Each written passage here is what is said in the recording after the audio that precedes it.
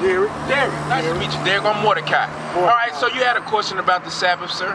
Oh, no, he told me to come over here and look at the fast. Yeah, absolutely, absolutely. So, you're an aged man, right? You're an aged man. 62, man, guess what? That's a blessing to live so long, right?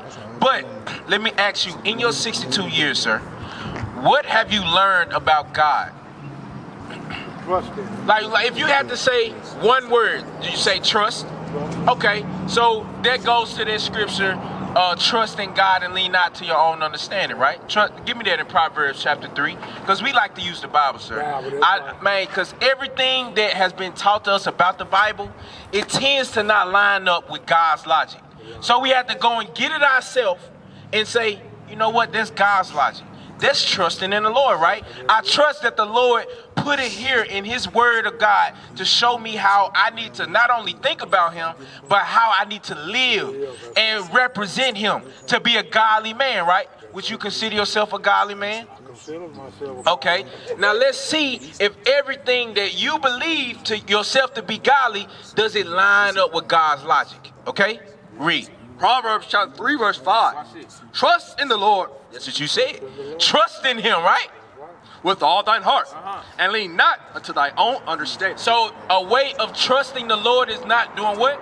Not lean unto thy own understanding. So the way we trust in God is to lean not on what we think, but prove it according to what God says. All right? So in your 62 years, what does God say about the Sabbath day?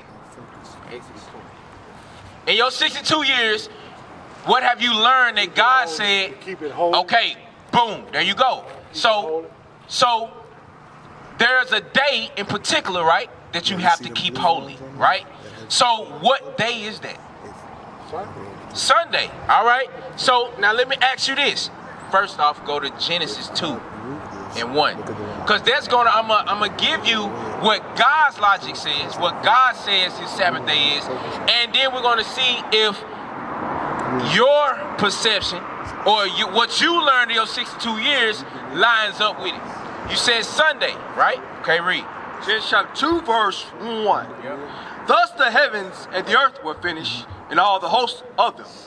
And on the seventh day, On the what? the seventh day, The seventh day, God ended his work, which he had made, and he rested on the seventh day. he rested. So the Sabbath day is to rest, right? Because God rested, right? So now we're going to go and read which is the seventh. It's also called something else, all right? Go to back to Exodus 20. So God called the seventh day something else. Read. Exodus chapter 20, verse 8. Remember the Sabbath day. Remember the what? The Sabbath day. To do what? Like he said. To keep it holy. Like you just said it. So remember the what day? Remember the Sabbath day. So that's the same day that God kept holy and he hallowed, right? But he said it was the seventh day, not the first day, the seventh day. Keep reading. 6 days shalt thou labor, and do all thy work. So 6 days. 6 days we got to toil hard, because we got to. We in America, we got to make our way over here, right? But we have to labor to do that. God gave us 6 days to do that. Read. But the seventh day, But the what? the seventh day, But the verse above that just said keep the Sabbath day holy. But he just said here, but the seventh day, the seventh day. So it lines up, right? That the Sabbath day is called the seventh day. Read. is the Sabbath of the Lord thy God. He just told you. He made it plain. The seventh day is the Sabbath, where you're supposed to rest, just like God rested, right? Now, what's the seventh day of the week? If you look in your calendar, what's the seventh day of the week? Let's do it like this. You was about to say it. Saturday. Yes, sir. So the first day of the week is what? No? Sunday. Yes, sir. So Sunday, Monday, Tuesday, Wednesday, Thursday, Friday, Saturday. So guess what? Saturday is the seventh day of the week, which is the Sabbath. You understand? So everything we understood. Now I'm going to show you who taught you that the Sabbath day was on Sunday. This guy right here. The image of the beast. The devil that the Bible speaks of is this man who his image has been pushed all across the earth. So it's not just you that thought that. We thought that too. My brothers, your brothers, we thought that too, man. But it's okay. Why? Because you're willing to hear that our logic when we was in the world did not line up with God's logic. So now what are we supposed to do on the Sabbath day? Let's read. 6 days shalt thou labor and do all thy work. But the 7th day is the Sabbath of the Lord thy God. In it thou shalt not do any work. So if you don't go to work, what are you doing? You resting. It's that simple, ain't it? But we're supposed to do it on the 7th day, which is Saturday, the Sabbath. Read. Thou, nor thy son, So don't allow your son to work. nor thy daughter, Don't allow your daughter to work. thy manservant, If you got employees, don't open your business on the Sabbath. Read. nor thy maidservant, nor thy cattle, nor thy stranger that is within thy gates. For in the 6 days the Lord made heaven and earth. See, even in Exodus, because Moses wrote Exodus, so when he wrote all the 5 books, right, the Torah, he went back to Genesis 2 and 1 and 2. He said God rested on the Sabbath, so you need to rest on the Sabbath. Read. The sea and all that in them is, and rested the 7th day. He rested on the what day? The 7th day. On the 7th. So he kept repeating the same thing, Exodus 31 and 18. Because guess what? The Sabbath is not for everybody. He rested to show his people who you are. Let's prove it. You will be considered an American black man, right? You all right? Guess what? That's what God called you. And his Sabbath day, the reason why he instituted that was to show you that, yeah, bro, you need to rest like I rest. All the labor that you're going to have, yeah, I'm going to give you the fruits of your own hands. But one day, you need to be focused on resting. Now, resting ain't just laying up in the bed with your hands in your pants outside. No, there's a rest. There's a work that you have to do while you rest. We don't go and work for the white man today. We work for the Lord. That's considered our rest. You understand? Read.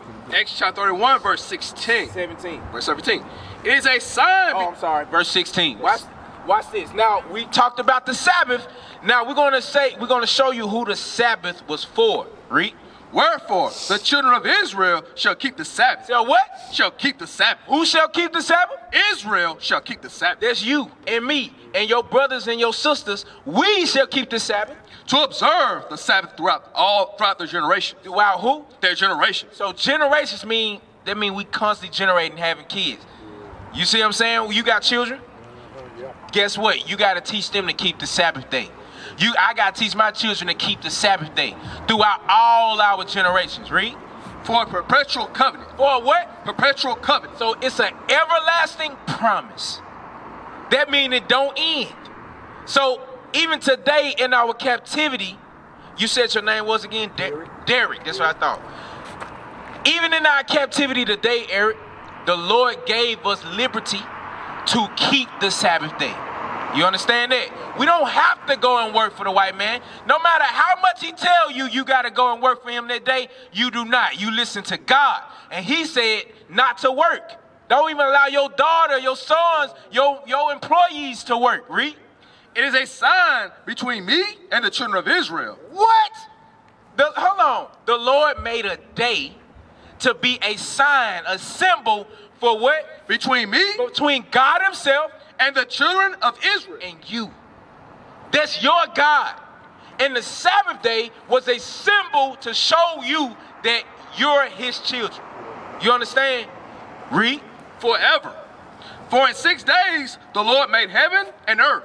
See, he going back to what he said in Genesis. And on the 7th day he rested and was refreshed. And he was refreshed. Guess what? When we come amongst one another, we get refreshed. Hebrews chapter 10.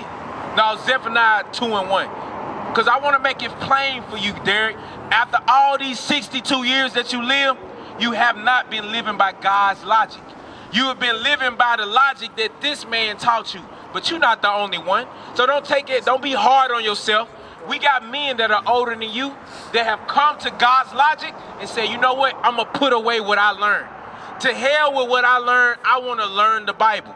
You see, the black man in your 62 years, when was the last time you've known black men to love to read?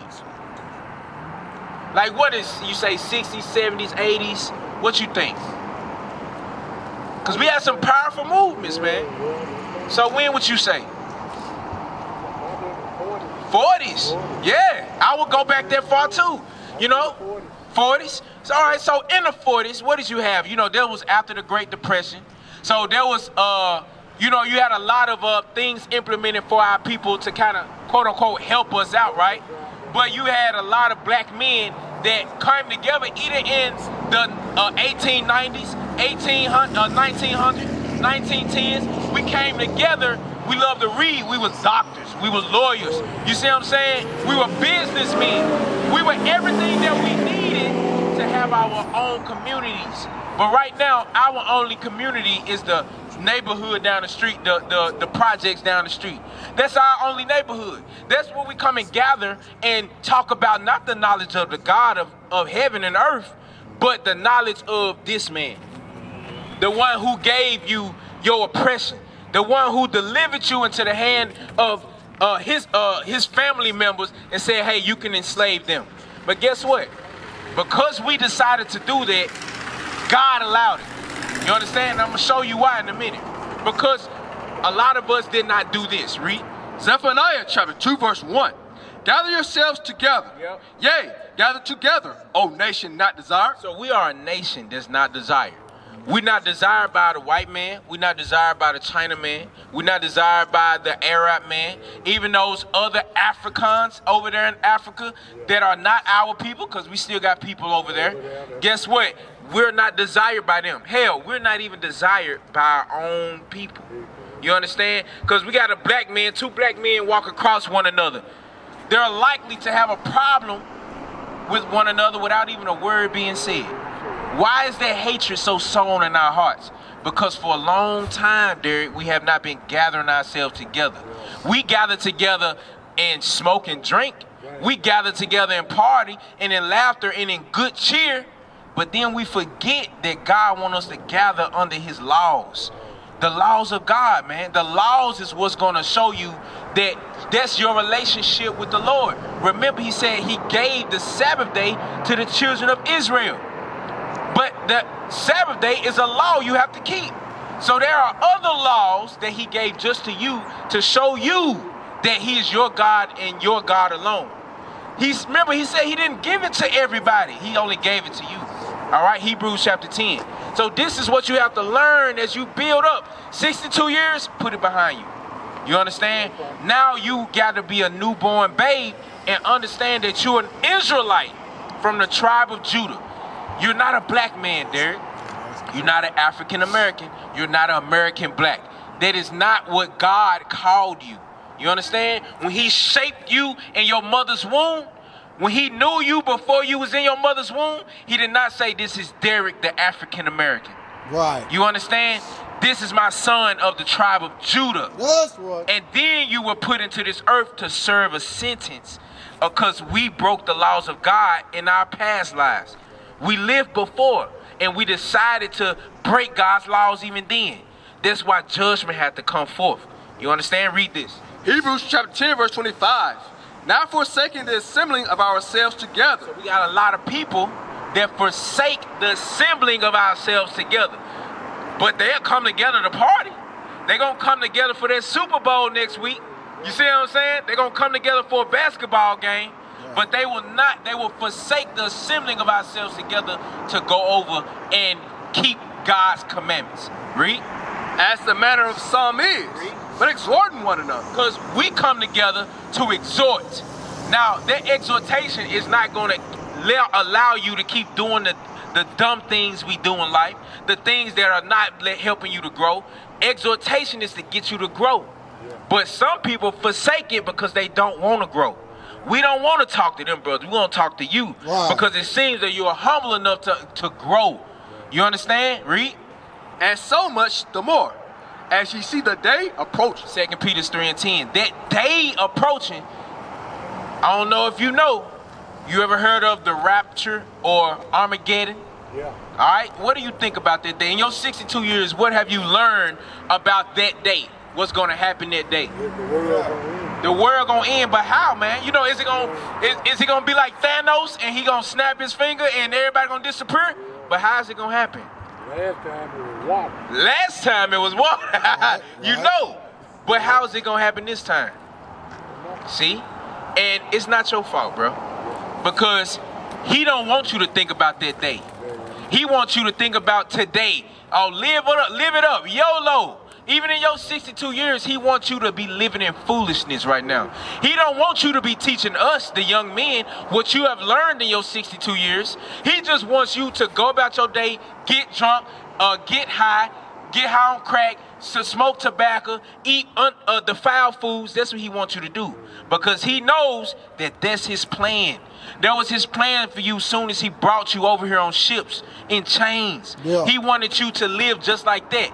You ever heard of the Willie Lynch letter? Okay, but that's a propaganda, a systematic propaganda that the white man used. That's his Bible. His Bible to destroy us was to what? Separate our families, turn the old against the young. You understand? To turn dark against light. These are the things that we have been taught to do, but it started with this man and the other nations. But God allowed it, and I'm going to show you. Read. 2 Peter chapter 3, verse 10. So what is that day going to look like? Read. But the day of the Lord will come as a thief in the night. Verse 9. The Lord is not slack concerning his promise. Now, he got a lot of promises. One of his promises he's about to talk about. Read. As some men count slackness. Yep. Some men count slackness like, oh, the Lord ain't going to do that. He's graceful. He's merciful. So a lot of our people depend too much on the grace. But their grace leads them to damnation and not salvation in that day. Because it's going to be this the day that the Lord is either going to damn you or he's going to save you. You understand? But the Christians, our people in Christian churches, they say, oh, I got grace, right? You've heard that. Got grace. I got grace. I'm leaning on grace, right? But their grace is going to lead them to damnation and not salvation. Because the grace of God is supposed to teach us to deny our ungodliness, to deny sin. The Christian church don't teach you to deny sin. They won't even tell you what sin is. You understand? So how can you deny something you don't even know what it is? So they're leading you to what? Damnation. Read. But it's long suffering toward us work, not willing that any should perish. God don't want nobody of our people to perish. He want all of us to keep God's laws. But he know that's not reality. He know the spirit of our people is to be rebellious. And this not our first lifetime that we've been rebellious. You understand? A lot of people we all were rebellious, but some of us were separated to come back into this truth, and some of them were separated for damnation. Read. But that all should come to repentance. Oh, he want all us to repent. But the day of the Lord will come as a thief in the night. But because you counted as slackness, the day of the Lord gonna come quick. How does a thief come? Does he come in plain day light? He come in the dark. He come when you sleep. Right? And you're looking at a bunch of our sleeping people out here. Right? Read. In the which the heavens shall pass away with a great noise. So remember, we talking about that day. And you said you don't know, right? Last time it was with water. There was a great noise back then. But this great noise, we're going to show you. You said the what? Which the heavens shall pass away with a great noise. The heavens going to pass away. What does it look like for the heavens, the skies to pass away? That means it's going to move apart. It's going to spread. But how? Read. And the elements shall melt with fervent heat. With what? Well, melt with fervent heat. So everything you're looking at is an element, right? A car, streets, buildings, clothes, everything is an element. And he said the elements are going to what? Melt with fervent heat. What makes things melt? Fire. Fire. Now for a building, you ever seen a house burning? Yeah. So for a building to catch on fire, is it talking about a little spark? Is it talking about a little fire? You know what I'm saying? A little light, a little fire over there in the corner. What is it talking about? A blazing fire. Something that's going to consume that entire building. Guess what? there's a fire in that day that's going to consume all the elements. And that fire is going to make the heavens pass away. Read. The earth also. The earth too, the ground you're standing on, is going to make it what? Melt with fervent heat. Read. And the works that are therein shall be burnt up. Shall be what? Burnt up. Shall be burnt up. What burns up things? Fire. Stay right there. I want you to go to Zechariah chapter 14 and verse 12. Watch this, because we go to the Old and New Testament. Remember, we started out in Proverbs, then went even unto the law. Now we're in the New Testament to show you that it's all lined up. Everything in the Bible lines up. God's logic lines up. It's our logic that we got from him that don't line up. You understand? So everything that we're talking about is things that we were taught to a degree, but we didn't know and line it up with God's logic. 14 and 12. Read. Zechariah chapter 14 verse 12. It's talking about that day. And this shall be the plague wherewith the Lord will smite all the people. All the people, read. That have fought against Jerusalem. Their flesh shall consume away. Hold on. Your flesh even. So guess what? You're full of elements. Just like this building, just like the street. He said your flesh shall what? Consume away. So we just talked about that fire consuming that building, right? What did he say your flesh gonna what? Consume away while they stand upon their feet. While you standing upon your feet. So what when, hold on, read that, read some more. And their eyes shall consume away in their holes. So what could make your eyes consume away in your hole and the flesh consume away off your bones while you standing on your feet?